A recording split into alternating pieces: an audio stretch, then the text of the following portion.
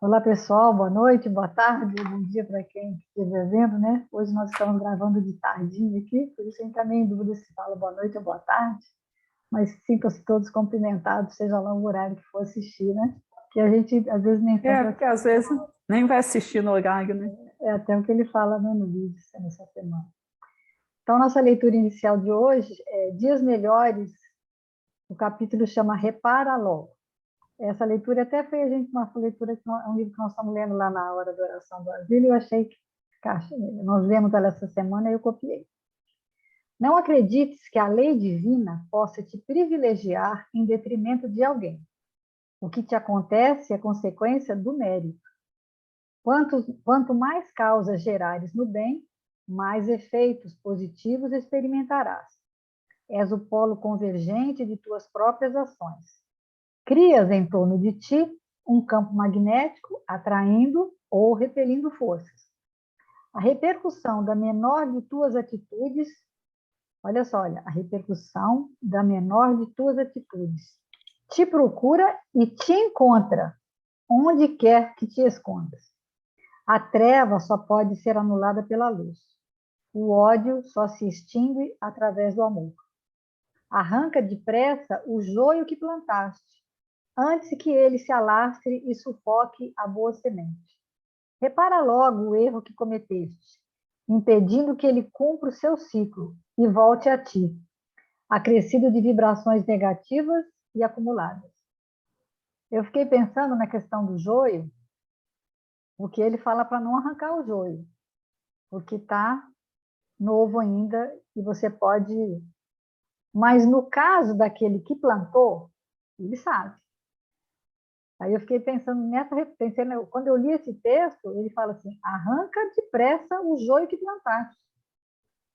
Quer dizer, se foi você que plantou, talvez não precise esperar o joio crescer, não é? Porque você sabe onde você plantou. Aí você pode tirar antes. Os outros não tiram porque não sabem, mas você sabe. Não sei se estaria certo isso, porque isso foi uma questão quando eu li esse texto aqui, que ele fala, se não pode, fala para não arrancar antes da hora, mas se você sabe onde ele está, você pode arrancar. Né? Mas o bom do estudo é justamente isso, né? Que a gente vai descortinando novas visões e novos entendimentos, né? É. Aí então tá, nós estamos no capítulo 13 do Evangelho de Mateus, vendo a parábola do joio e do trigo, e a gente está hoje naquele momento que Jesus vai explicar para os discípulos como foi que o joio foi parar no meio da plantação de trigo. Esse versículo, né, capítulo 13, versículo 28, diz o seguinte: um homem inimigo fez isso. Os servos lhe dizem: sendo assim, queres que após sair o recolhamos? Então, no versículo anterior, os servos informaram, né, no versículo 27, que nós estudamos semana passada, os servos foram lá explicar para Jesus, né, para Jesus não, para o Senhor das Terras, né, que havia um joio no meio do trigo. E como que isso podia ter acontecido se ele só plantou trigo? Se eles sabiam, não, mas eu sei que você só plantou o trigo que era bom. Como foi possível isso, né? Jesus então está respondendo, né? Que quem fez isso foi um homem, um homem inimigo. E aí o Aloysio pergunta, né? Mas que homem é esse? Jesus não costuma dar nomes para os personagens deles, né? Você vai o homem samaritano, se for lembrar todos, não, eles não têm nome. Por quê? Porque é um homem, né? Um homem é um artigo indefinido. Então, se é um artigo indefinido, pode ser o quê? Qualquer um de nós. Qualquer um de nós. Qualquer homem, qualquer um de nós pode ser esse inimigo da lavoura. Aí pode ser encarnado, pode ser desencarnado, pode ser pobre ou rico, pode ser de qualquer religião, pode ser de qualquer nacionalidade, né? E se o trigo representa essas boas ideias do Evangelho, aquelas ideias perniciosas, infelizes, os sentimentos interiores e os corações invigilantes que vão ficar infiltrados no meio daqueles de boa intenção, são representados por qualquer um. Não precisa necessariamente, né? E além dele ser um homem, e ser Qualquer um de nós, além de tudo, é um homem que tem esse adjetivo que é ser infeliz. Não é um homem bem intencionado e vigilante. Era infeliz, por isso tinha essas más intenções e sentimentos infelizes, que aí até na tradução grega, né? Ectros, que é infeliz, e antropos, que é homem. E a um em si é que mostra que é qualquer homem que seja infeliz. Né? Que pode ser um espírita, um católico, um protestante, né? Um ateu, um homem, uma mulher, um idoso, uma criança, um encarnado, um desencarnado, né? As possibilidades aí são infinitas, né? Qualquer um que seja, Tem que ele fala, definição né? de Qualquer um que pensamento infeliz. um momento de invigilância. E a gente sabe que isso acontece demais, mesmo você tendo, até assim nos dias que você está estudando, você tem, mas parece que nos dias que você está vendo isso, aí é que tem mais ainda, mais assédio, já percebe? Que você, parece que vem um teste para ver se você está mesmo atento àquilo ou não, porque acontece de uma pessoa falar alguma coisa que te desagrada, que vem com um pensamento, às vezes, de disputa ou de às vezes nem de briga, mas só uma pequena disputa qualquer, e aí você instintivamente responde e demonstra o quê? Que você é esse homem mesmo, invigilante, que na hora do vamos ver mesmo, que alguém pisa no Pisa seu no seu calo, pé. pisa no seu calo ou te fala algo que você não te agrade, você não é capaz de não responder, né? Eu vejo assim, a coisa mais fácil do mundo é você sintonizar com o mal, porque essas ideias infelizes, na realidade, elas não são do outro, né? É aquilo que você falou, é o joio em nós. E a gente tem essa dificuldade de identificação do mal em nós, a gente identifica no outro. Então, quando a gente põe a culpa no outro, né? Aí fica difícil da a gente identificar essa questão, mas quando você consegue projetar isso em você, que está em mim, a reação negativa, a ideia infeliz, ela só me atingiu porque ela está em mim também, então aí fica mais fácil realmente dizer, né, fazer essa diferenciação Aí dessas forças ele vai contrárias. lá no livro Algo Mais, capítulo 25, Forças Contrárias. Olha lá, por falar de inimigos, não nos referimos neste momento a pessoas, e sim a forças contrárias, né? Porque, na realidade, é uma coisa que a gente tem que ter em mente também, né? O que você não está indo de encontro, indo assim, contra a pessoa em si, mas é a ideia contrária que ela está tendo naquele momento, né? Porque nós estamos as pessoas estão em processo de constante transformação, né? E agora, o que machuca a gente são aqueles sentimentos que a gente acalenta. Que a pessoa só faz botar para Só fora, né? faz botar para fora. Eu vi um texto aqui do livro Pensamento e Vida, do capítulo 27, que chama Obsessão. Olha como é que ele fala, ó. Observando-se a mediunidade como sintonia, a obsessão é o equilíbrio de forças inferiores retratando-se entre si. A mente que se dirige a outra cria imagens para fazer-se notada e compreendida, projetando-se sobre aquela que procura influenciar. Se a mente visada sintoniza com a onda criadora lançada sobre ela, inicia-se um vivo circuito de força, dentro do qual a palavra e a ação se incumbem de consolidar a correspondência, formando o círculo de encantamento, em que o obsessor e o obsidiado passam a viver agindo e reagindo um sobre o outro. Não há, por isso, uma obsessão unilateral. Quanto mais nos rendamos a essa ou aquela ideia, no imo de nós mesmos, com maior força nos convertemos nela a expressar os desígnios. É assim que se formam estranhos desequilíbrios que, em muitas circunstâncias, concretizam moléstia, desalento, aflição e loucura, quando não plasmam a crueldade e a morte. Toda obsessão começa pelo debuxo vago do pensamento alheio que nos visita oculto. Hoje é um pingo de sombra, amanhã uma linha Olha como é que é sério, né? para depois fazer-se um painel vigoroso do qual assimilamos apelos infelizes que nos aprisionam em turbilhões de trevas. Urge, pois, que saibamos fugir desassombrados aos enganos da inércia, porque o espelho ocioso de nossa vida em sombra pode ser longamente viciado, detido pelas forças do mal, que, em nos vampirizando, estendem sobre os outros as teias infernais da miséria e do crime. Dar novo pasto à mente pelo estudo que eleve, consagrar-se em paz ao serviço incessante, é a fórmula ideal para libertar-se de todas as algemas, pois que na aquisição de bênção para o espírito, no auxílio espontâneo à vida que nos cerca, refletiremos sempre a esfera superior, avançando por fim da cegueira mental, para que a divina luz para a divina luz da divina visão. Quer dizer, não é a questão, né, o que ele está falando, não é a pessoa, não é você e nem o outro, é aquilo que acontece, é as vibrações que se juntam e vão criando esse círculo, um círculo vicioso que vai te tirando equilíbrio. Tira o seu, tira o dele, e aí fica um culpando o outro eternamente, né? Aqui em reunião mediúnica a gente vê muito isso. O desencarnado culpa o encarnado, o encarnado culpa o desencarnado, mas na realidade o que é? Eles estão enredados dentro de uma mesma faixa mental. E aqui é interessante quando o mentor fala assim, né?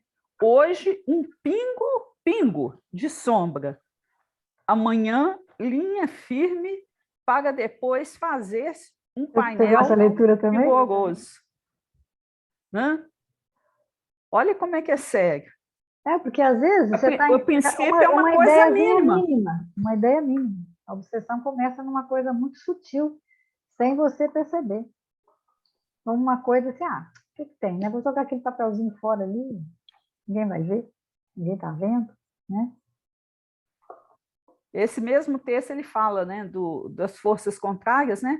Na Terra, basta às vezes achamos em começo ou em meio de preciosas edificações, quando determinadas ocorrências nos desencorajam ou perturbam, né? Então, às vezes, assim, é no meio, né? No começozinho, no início, e a gente vai deixando que aquilo crescendo, Eu acho engraçado, né? Ele falar que é pior no princípio e no auge. Porque é os momentos, acho que é a polaridade mesmo, né? Você está no começo, você está... Por que você está invigilante? No começo você está tímido, né? Aí a timidez, não sei, as dúvidas do começo. E no fim, por quê? Porque no fim você já está confiante demais. Você já está achando que sabe tudo, que não vai ser assediado nunca. Então, eu entendi assim, que por isso que é mais perigoso. Essas obsessões são mais fortes, né? Eles te atacam mais no princípio do que no final. É o orgulho. E o princípio é muito perigoso, porque você pode precisar um momento que você está entrando. Surgiu um momento de vigilância, você tem que ter atenção, porque depois você não sabe como é que você vai conseguir sair. Porque quando você está no processo todo, você começa a achar que você é inatingível, que a coisa não vai te atingir, né? Porque você começa a achar que é a persona, né? Você dando importância assim demais, achando que você controla tudo, e no fundo, e a gente não controla. E é o que ele fala, né? Você achar que é sempre o outro, nunca é você que está fazendo aquilo, que a culpa não é sua, né?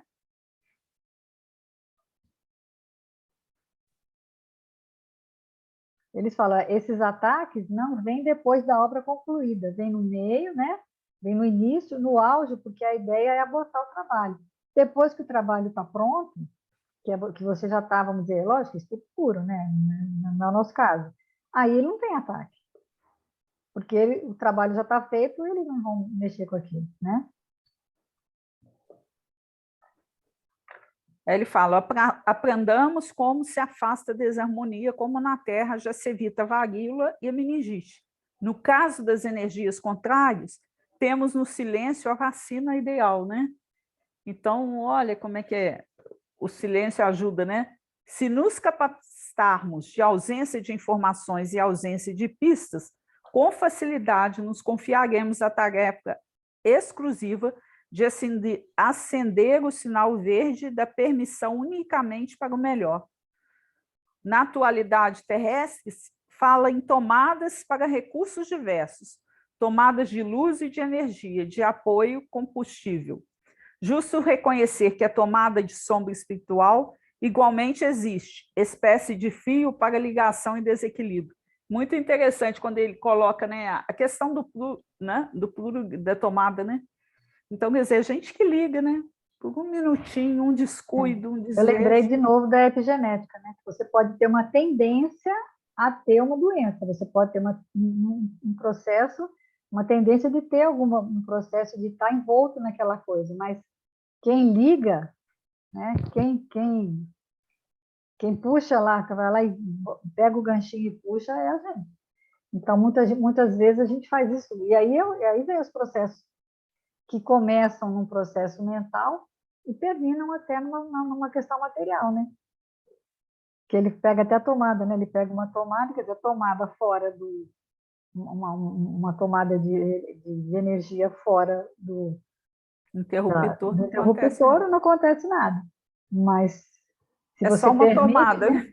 É só uma tomada, né? mas se você pega e liga, quem Pegou e está liga, aí o circuito fechou, né? potencializando a Aí energia ele ali? fala, é um Você, né? curto-circuito, choque vibratório energético, que ele fala, né? É. Aí, ó, qualquer pequenina força, voltando lá ao pingo da leitura, né, do pensamento e vida, né? Qualquer pequenina cota de força mental desorientada pode suscitar a queda de toda uma avalanche de provas evitáveis. Essa tomada de sombra espiritual se revela claramente numa frase de queixa, olha como é que a gente faz isso sempre, né? Num apontamento leviano, numa brincadeira de mau gosto, no boato infeliz, na referência maliciosa ou em qualquer conceito-chave que nos induza para descaridade e perturbação. Então, é muito sério, só que a gente não percebe que todo esse processo, essas forças contrárias que nos desequilibram, elas começam nas pequenas coisas. Às vezes a gente não controla minimamente essa questão, né, da queixa, do apontamento leviano, a brincadeira de mau gosto, né? E como as pessoas, a gente ainda faz brincadeira de mau gosto, né? E de repente, pronto, ligou. É uma coisa mínima que cresce. Na medida que você potencializa a energia, como Às ligando vezes na... você está numa reunião, as pessoas já estão mais assim, mais soltas, até uma reunião mesmo familiar, inocente, alguém fala alguma coisa, abre uma brechinha, né? Para fazer uma fofoca, falar alguma coisa do outro, aí aquilo vai render, vai entrar. É o que ele fala, né? Das redes sociais, de Facebook, Instagram, que aí tem o tal os bonequinhos, né? Os emoticons, que aí o cara já põe se ele já está se sentindo triste, se ele está se sentindo revoltado, se ele está se sentindo magoado, e as piadas, né, de sexualidade, de origem étnica, tudo isso vai se espalhando, né? E, e aí fica essa questão de aumentar, vai aumentando. Ele fala da verdade, né? Antigamente, uma mentira falada 1000 vezes era uma mentira ainda, né? Mas Hoje, hoje em dia, uma mentira falada 1000 vezes, se for muito compartilhada, muito curtida e muito comentada, ela vira uma verdade. Isso é muito perigoso, né? Isso é muito grave. Porque as pessoas comentam tudo sem saber, sem conhecer, sem ter noção do que está acontecendo. É muito comum as pessoas terem... É muito perigoso, né? Você ter essa ideia de que você sabe tudo. Até na justiça humana, para você condenar alguém ou ter algum julgamento, você precisa... Tem dois lados, tem o advogado de defesa, o advogado de acusação, os fatos são apurados. E a gente não, a gente já vai dando, né, o veredito antes de saber tudo, né? E a gente passa muito por isso e faz muito isso, né? E aí ele fala, né, que o Chico Xavier dizia: o ouvido e os olhos dos espíritas precisam se tornar a estação final do mal. Ou seja, você pode até ter contato com a notícia, que às vezes te pega de surpresa, você viu, ou você ouviu, ou alguém te falou, não deu tempo até de você não ficar sabendo, mas que você pelo menos tem esse bom senso, né, de não... Seu ponto final. Né? Seu ponto final disso, né? Isso a gente até falou isso, né? Senão você vira o quê? Você se torna um cúmplice, né? Eu acho que tinha um texto aqui sobre isso, deixa eu ver se é esse aqui. Aqui, acho que foi um texto até que estava no Instagram, que você me passou. Se não fores agir corretamente, evita a própria ação. Mas se fores agir corretamente, por que temer os que te repreenderão corretamente? Quer dizer, se você está... Aí ele fala, né? Quando vai se falar mal de alguém, não se titubeia. Mas se for para falar o bem, levantamos 1000 questionamentos. Se nós vamos agir no bem, igualmente ficamos contabilizando se haverá chancela extrema ou não, a fim de concretizarmos a atitude boa. Como é que a gente tem medo de falar o bem? E as pessoas, né, essa vergonha que muitas pessoas têm, né, de demonstrar, às vezes, alguma questão. Às vezes tem um monte de gente, por exemplo, e é verdade, né? Se tiver um monte de gente comentando lá alguma coisa ruim no Facebook, você vai se meter a falar? Você vai ter coragem de falar no meio e falar assim: não, gente, peraí, não é bem assim. Você não acha que devia ser do outro jeito? Quer dizer, você evita de entrar numa polêmica, tudo bem, mas você está certo e eles estão errados, você tem essa certeza, mas você não entra. E aí, o que acontece? Você acaba, por omissão, concordando. Então, a pergunta lá do Livro dos Espíritos, né? Por que o mal predomina na Terra? Pela omissão dos bons. Esse é um texto tão sério, né? Que traduz tanta seriedade, né? Mas a gente ainda, infelizmente, é isso, né? Verdade. E ele fala, né? Agora ele vai para o livro Harmonização, né?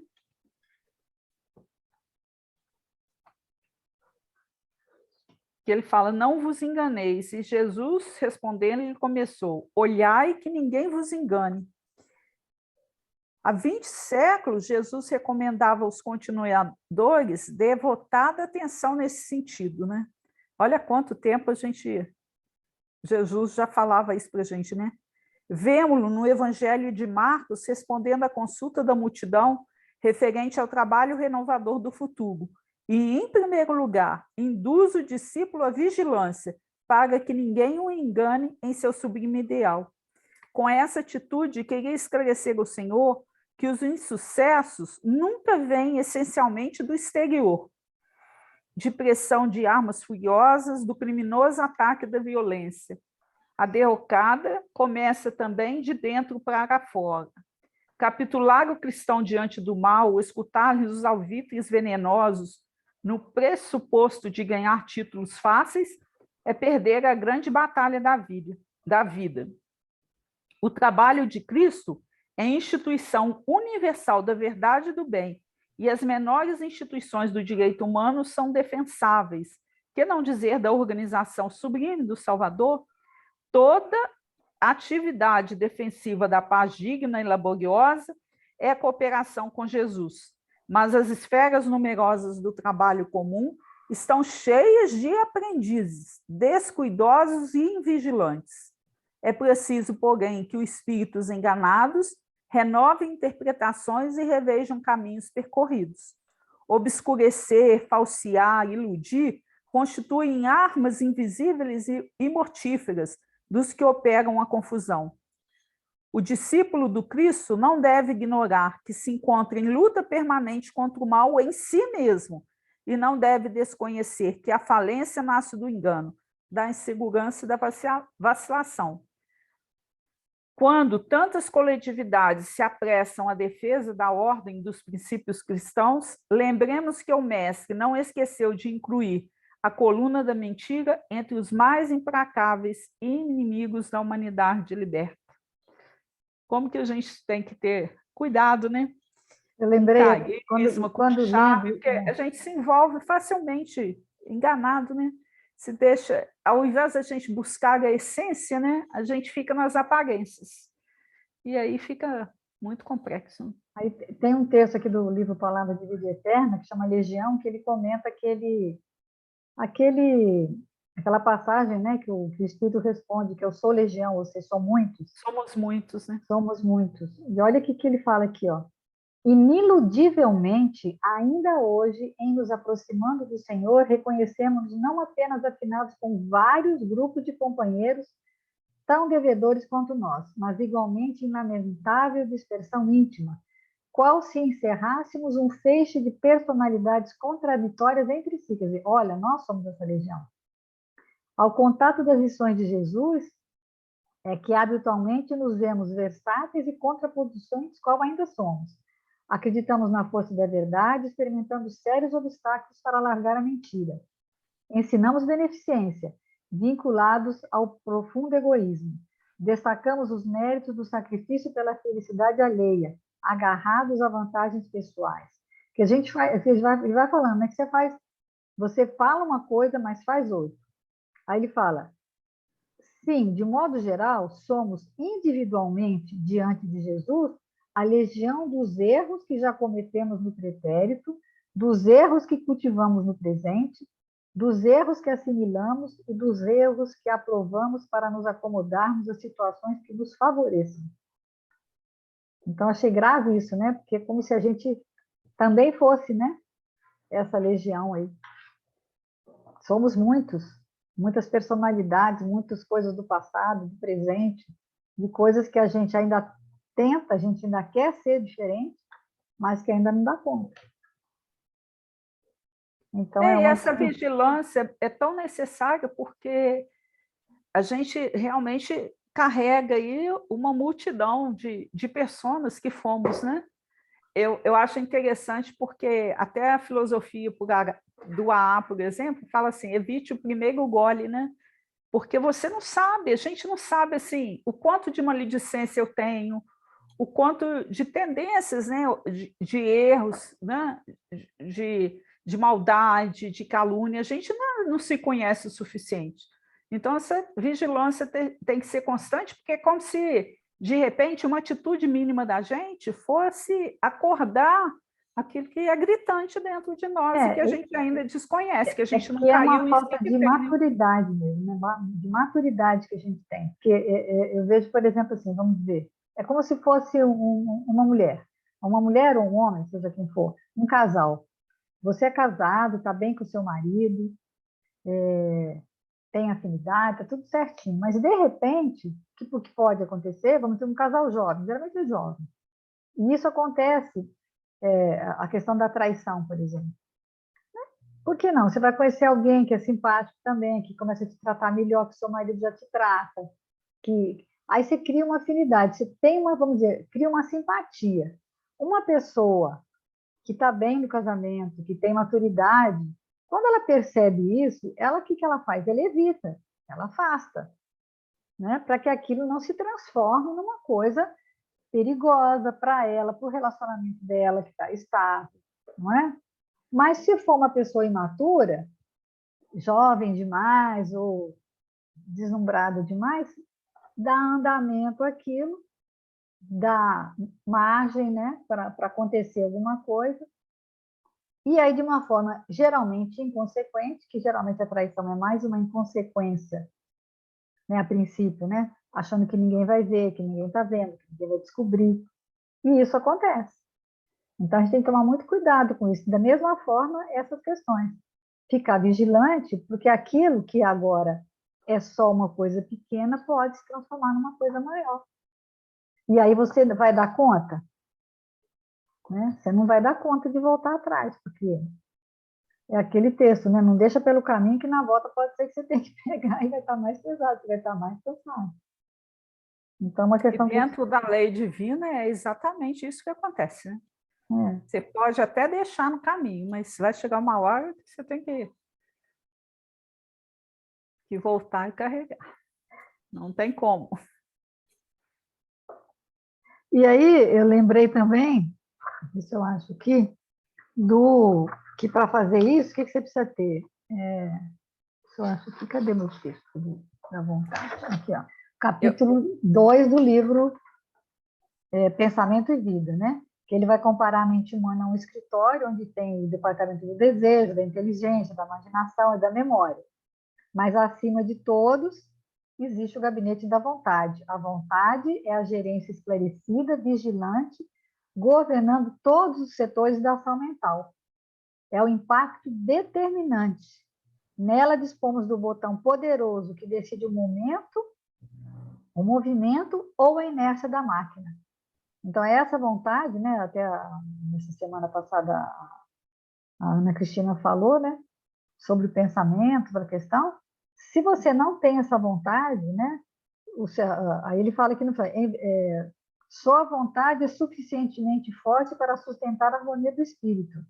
Em verdade, ela não consegue impedir a reflexão mental, quando se trata da conexão entre os semelhantes, porque a sintonia constitui lei inderrogável, mas pode impor o julgo da disciplina sobre os elementos que administra, de modo a mantê-los coesos na corrente do bem.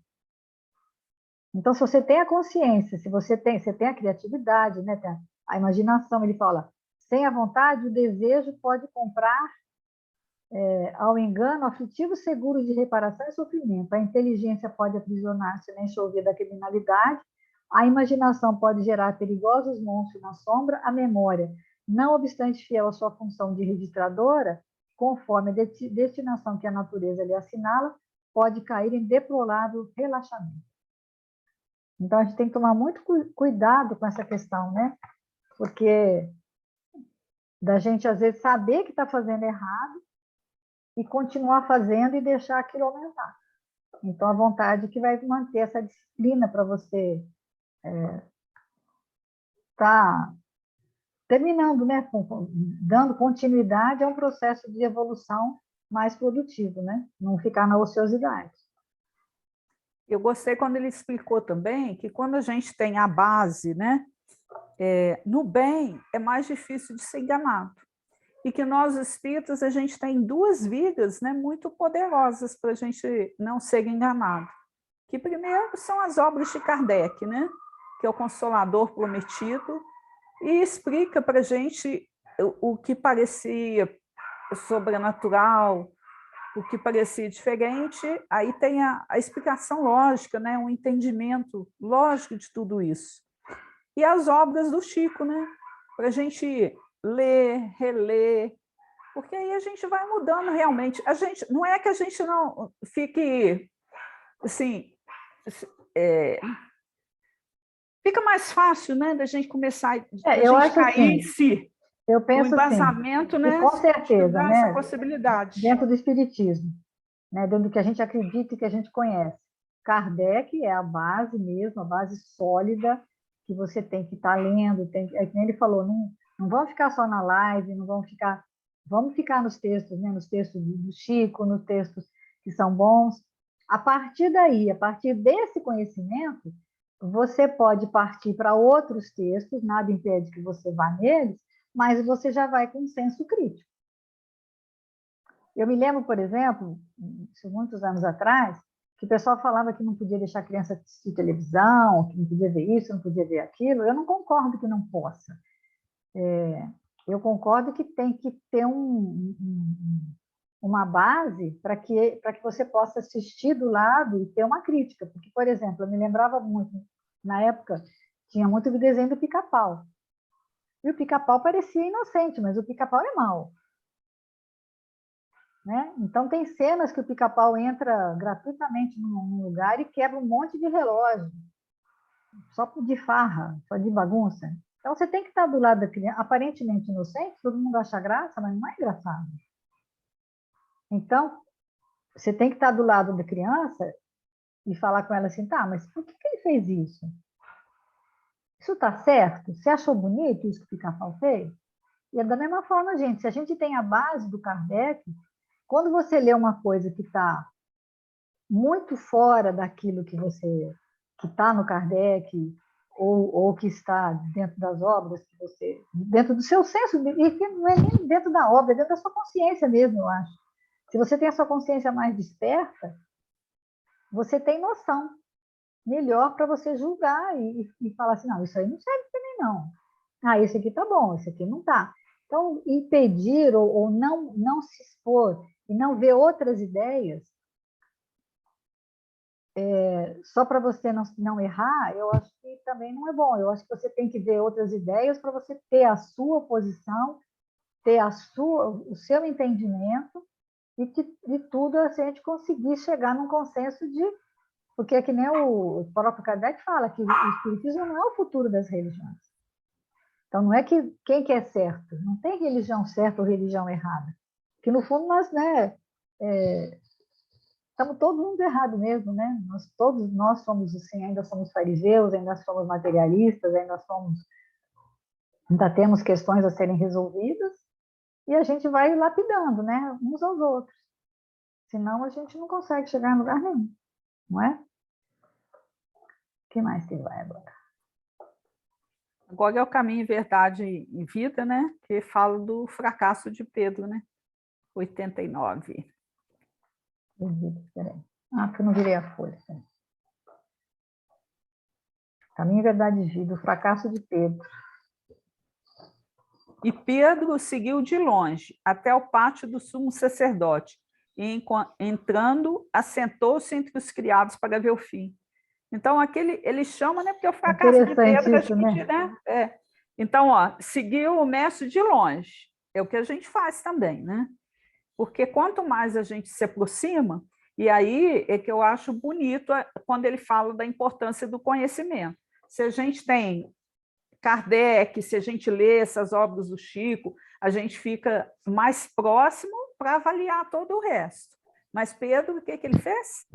Ficou longe, né? Outra coisa que ele fez, olha, de longe até o pátio do sumo sacerdote, e entrando, assentou-se entre os criados. Quer dizer, ele ficou ele numa ficou posição... ali misturado para ser servo do cara e não do cara que prendeu Jesus, né?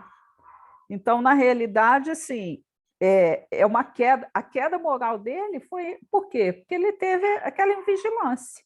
Quando ele foi convidado, né, para subir com Jesus para orar, né, o que ele fez? Dormiu, né? Então, quer dizer, é desatenção mesmo aos ensinamentos recebidos. Porque se a gente não faz isso, como que as coisas podem, né, funcionar? Então, às vezes, a gente assiste uma palestra, aí você assiste, você ouve, mas você não quer se comprometer com aquilo, você não quer se comprometer com aquilo que você leu, você não quer se comprometer com aquilo que você ouviu, ou então, pior ainda também, né, que a gente é facilmente enganado, porque às vezes nós estamos aqui fazendo um estudo, a gente põe lá na descrição, o Aloysio põe na descrição, o que a gente faz?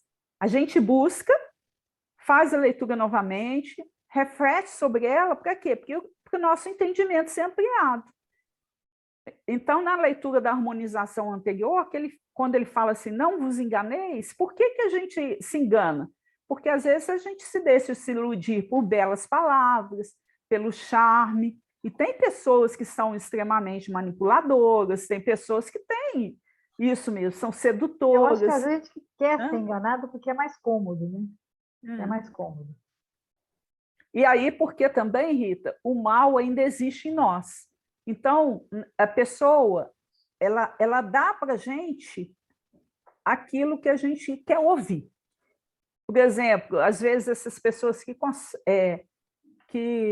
vão atrás, né, de cartomantes e tudo, aí o Espiritismo explica isso facilmente para a gente, que tudo é uma questão de sintonia. Eu vou lá procurando uma solução para um problema. A minha mente está aqui, ó. Aqui, ó, o meu probleminha está lá. Aquela pessoa que é vidente, ela consegue captar. Então, ela vai falar tudo que eu quero ouvir para ficar livre daquilo. Então, eu falo assim, nossa, que maravilha.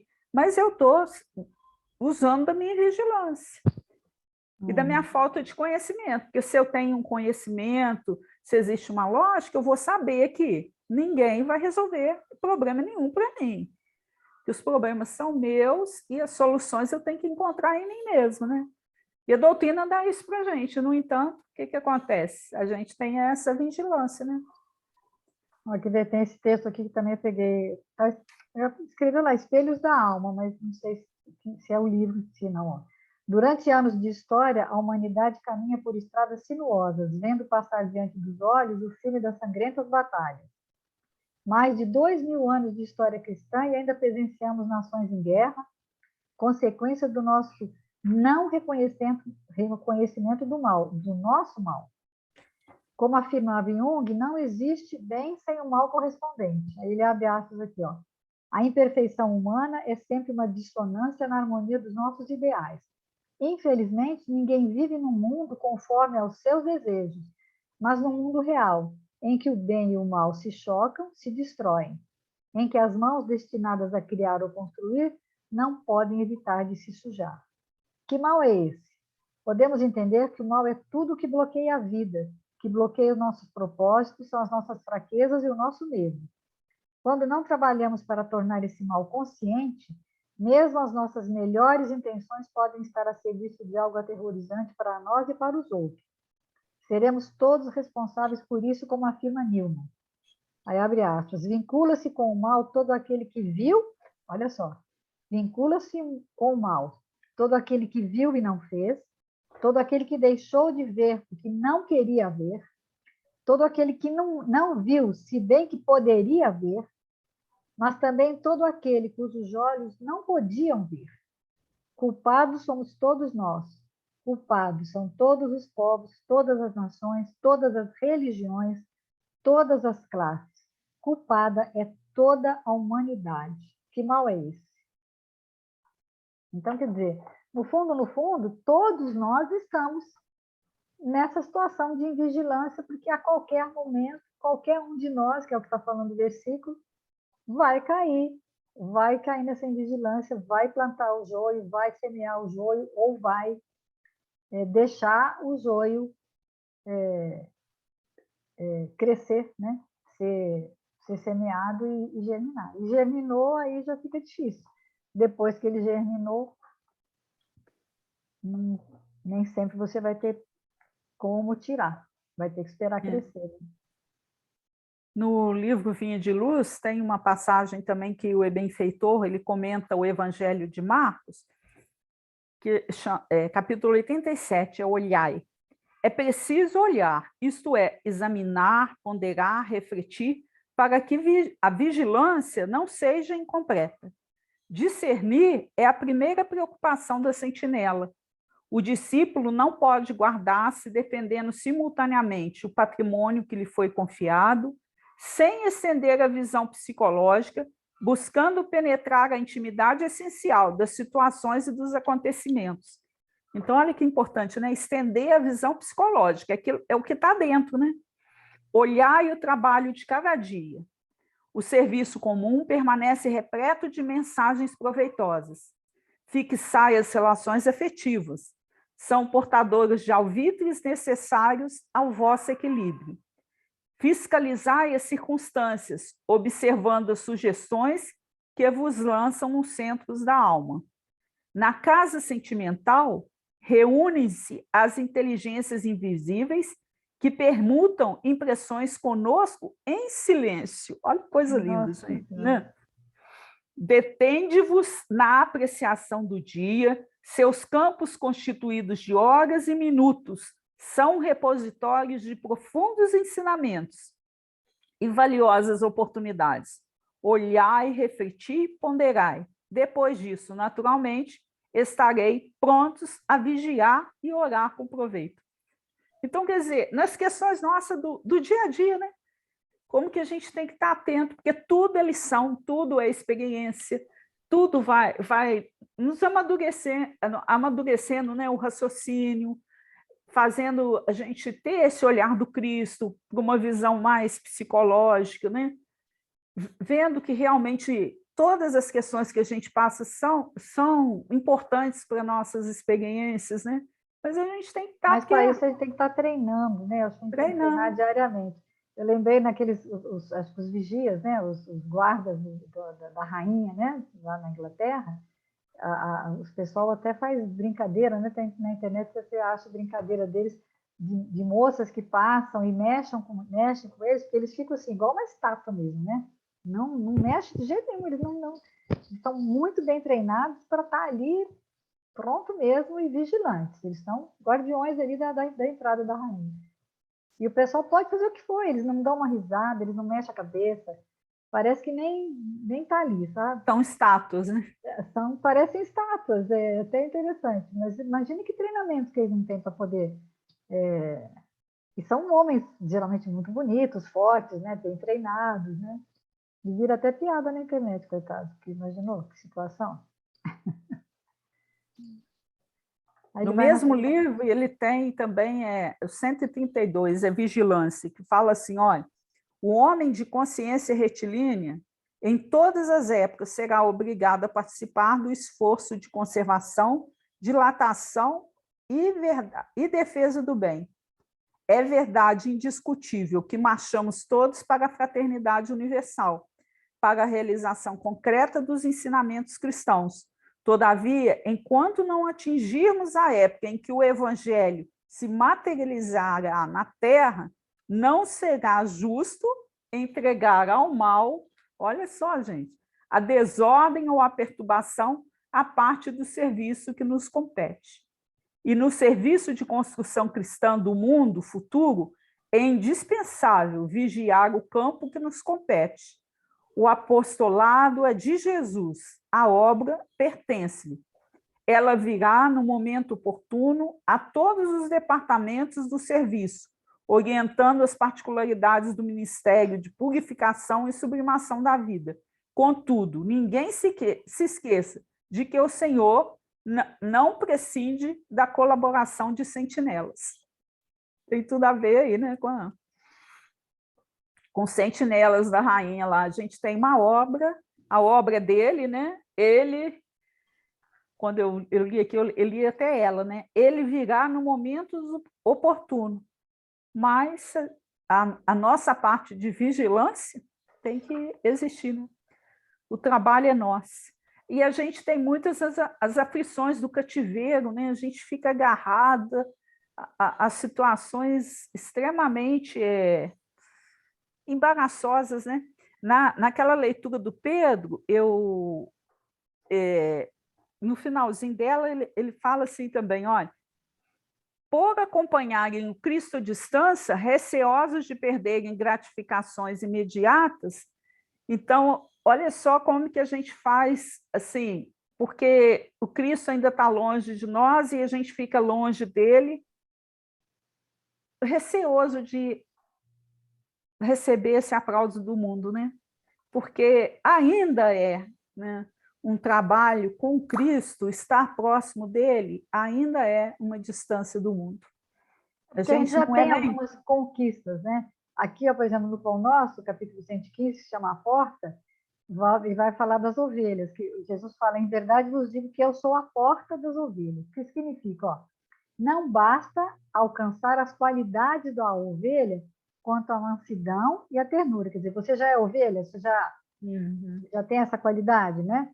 Mas não gasta isso para atingir o reino divino. É necessário que a ovelha reconheça a porta da redenção, com o discernimento imprescindível que lhe guarde o rumo, despreocupando-se dos apelos de ordem inferior a eclodirem das margens do caminho.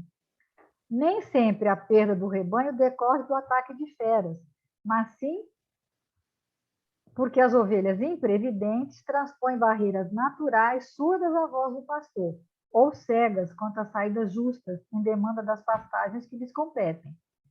Quantas são acometidas de inesperado pelo lobo terrível, porque, fascinadas pela verdura de pastos vizinhos, se desviam da estrada que lhes é própria, quebrando obstáculos para atender a destrutivos impulsos? Assim acontece com os homens no curso da experiência. Quantos espíritos nobres hão perdido oportunidades preciosas pela própria imprudência? Senhores de admiráveis patrimônios, revelam-se por vezes arbitrários e caprichosos, na maioria das situações, copiam a ovelha virtuosa e útil, que após a conquista de vários títulos enobrecedores, esquece a porta a ser atingida, quebra disciplinas benéficas e necessárias para entregar-se ao lobo devorador. Quer dizer, o lobo só alcança por quê? Porque ela foi para o caminho errado. Então, não é necessariamente o lobo que atacou, é porque ela não buscou a porta certa. Então, ela já tem a virtude. Achei interessante essa leitura, porque demonstra bem, a gente já tem algum conhecimento, já tem a virtude, mas não busca, né? Não busca o caminho correto, se desvia do caminho, e aí dá margem ao lobo chegar, né? No Justiça Divina, né, ele fala, né? Pode terminar, Rita, desculpe, te Não, nós já cortei. ia passar para o capítulo público, só estamos no momento aqui na hora, mas pode ir. É. Então, ninguém existe no mundo invulnerável ao erro. Todos nós, encarnados e desencarnados, em aprimoramento na Terra, somos sujeitos à ilusão através dos pontos frágeis que apresentemos na construção dos próprios valores para a vida maior. Em várias circunstâncias, enganamos todos em matérias de posse, em problemas de família, em questões de influência, em convites do sexo, em apelos a honrarias ou em assuntos que se referem à preservação de nosso conforto. Se surpreendes assim o companheiro em posição de queda, ajuda-o a erguer-se para o trabalho digno, sem perda de tempo em comentários inúteis. Se a natureza da falta te parece tão grave que te sentes inclinado à condenação dele, entra no mundo de ti mesmo e pede a Deus te ilumine a alma. E, através da oração, a bênção divina te fará perceber onde guardas também contigo a brecha triste do lado fraco. Nossa, é lindo, né? Ou seja, né? Vê no outro, vê em você aquilo que você viu no outro, né? É o que ele fala, É né? porque a gente... Qual de nós vai Desculpa. cair primeiro? Aquele que se achar mais invulnerável, aquele que se achar, ou aquele que... Isso me chamou bem a atenção, né? Porque ele fala, qual que é o perigo? O perigo é lá no começo, quando você está frágil, porque está tímido, e mais adiante, quando você já está confiante demais, né? Então, a gente tem que ter essa que ele fala, né? Ter a autocensura, né? Mas, porque qualquer um de nós pode cair, que é o homem, que esse homem mencionado no versículo, é qualquer um de nós, no momento de uma invigilância, de uma indecisão moral ou ética, né?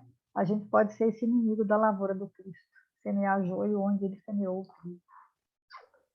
Outro dia, eu estava fazendo reflexões dentro das leituras, né, que a gente faz, aí a gente vê o quanto que existem pessoas em situações provacionais mais difíceis, que chega... Eu falo assim, o coração não dói, né? Mas a gente sente uma dorzinha, assim, quando você vê a questão que o outro está passando, né? E aí, é uma tendência nossa, tipo assim, nossa, o outro está passando. É a visão errada, a gente é muito imperfeito ainda, né? Que espírita tem mania assim, é causa e efeito, se ele está pagando é porque ele merece, e tudo mais. E é uma visão totalmente errônea, descaridosa, porque a doutrina espírita é a doutrina que mostra para a gente que existe uma lei de responsabilidade. Mas, às vezes, aquele irmão em situação provacional que você acha tão, né, com pressa, na realidade foi uma escolha dele, ele está pronto ali para dar o testemunho. Pior somos nós, e eu me coloquei nesse lugar, sabe, feio, porque às vezes eu julgo a aprovação do outro, as dificuldades que o outro está vivenciando, o erro, e aí eu coloco essa situação assim, é causa e efeito, né? Mas o outro, de repente, está numa situação espiritual melhor do que a nossa, porque ele já se conscientizou que ele é um devedor, às vezes, né, perante a lei, ou que ele quer evoluir, nem precisa, às vezes, ser um devedor, ele quer avançar, né? Vamos colocar assim, né? Ele quer, em termos de responsabilidade, avançar espiritualmente, então ele escolhe essa prova para vir, para resgatar. Pior é a gente que fica se achando que é o máximo, e às vezes a gente ainda não tem nada para pagar, né? E nem tem condição de passar por uma situação daquela ainda. No momento que você começa esse julgamento, essa coisa, você já cria uma ambiência espiritual ruim. Espiritual ruim. Aí, aqui no capítulo 172 do Pão Nosso, Despertas, ele vai falar da sombra de Pedro, né? Que as pessoas eles transportavam enfermos para as ruas, punham nos leitos, né? Para que pelo menos passasse, que a sombra de Pedro já curava. Pedro curava. Aí, só um pedacinho que eu vou ler, já está na hora, ele termina assim, ó. Examina os assuntos e as atitudes que a tua presença desperta nos outros. Eu fico envergonhada. Com atenção, descobrirás a qualidade da tua sombra. Tua sombra. E se te encontras interessado em aquisição de valores iluminativos com Jesus, será fácil descobrir as próprias deficiências e corrigi-las. Quer dizer, qual que é a marca que você deixa no seu caminho, né?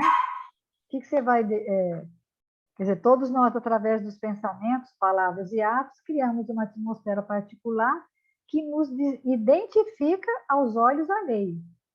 A sombra de Simão Pedro, que aceitara o Cristo e a ele se consagrara, era disputada pelos sofredores e doentes que encontravam nele esperança, alívio, reconforto e alegria. Então, quando você passa, qual que é a sua sombra? O que fica? Grave, né? Muito grave. E cada um de nós faça essa reflexão sempre. Você está caminhando, né? A ovelha, você é a ovelha, você já é a ovelha, mas você está na porta. E quando você passa na porta, qual que é a sombra que você deixa? É verdade. Complicado, hein? Complicado, cara. Deus ajuda. E como o acaso não existe, você tem mais alguma leitura? Não, eu tenho, mas essa questão da vigilância só tem, é o que mais tem. Qualquer texto que você abre, eu vou falar isso. Aí eu escolhi uma aqui para encerrar, né? E o título é da Maria Dolores, Tomadas de Sombra. As tomadas que a gente estudou, né? E a sombra. E olha que a gente nem conversou sobre isso, né, Rita? Não, o estudo, não. A gente acha que as coincidências existem, não existem, né? A gente sabe que... Outro dia eu até vi um Wagner, o estudo dele, falando, ele explicando, né? Uma pessoa fez a pergunta, por que você abre uma coisa ao acaso e você acha assim, está viciado o livro, né? E tudo, mas é tudo exatamente aquilo que você precisa para... naquele momento, né? Costuma alguma leitura que eu tenho aqui, a leitura que eu fiz durante a semana também, eu abro e vem aquilo.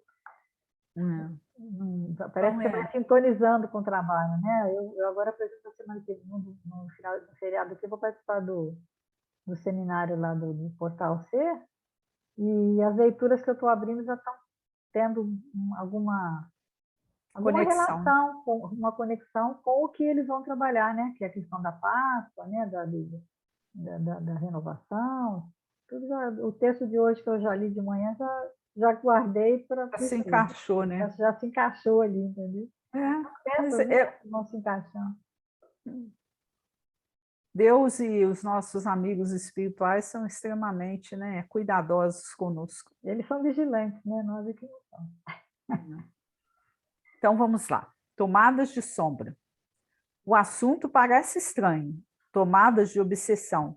No entanto, elas são quais são? E surgem por onde vais. Começam frequentemente nas palavras do caminho, quais se fossem seda ou linho, guardando finos punhais. Aqui uma queixa amarga recorda brando cochicho, atirando lama ou lixo sobre a conduta de alguém.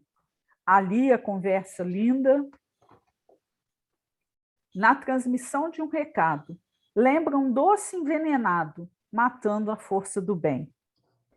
Aparecem sob a forma de ciúme ou desavença, de desajuste que pensa ou pretende o que não é. Faz impressão negativa de certa mancha na estrada, uma frase desastrada que nasce onde falta a fé. Alma querida, se buscas a paz segura do Cristo, crê, trabalha e atende a isso. Não use o verbo em vão. Relembra-se que Deus nos chama para ajudar e servir, que a nova luz do porvir nascerá do coração. uma semana aí de muita Falta paz a para fé, né? todos nós, né? Ficou isso na minha memória aí, falta a fé, né? Você move É. montanha. Então, vamos encerrar, né? Até semana que vem com mais um estudo. Ficamos todos em paz, que Jesus nos ilumine, nos ampare e nos mantenha vigilantes de alguma forma. Até Que mais. assim seja. Uma boa semana para todos.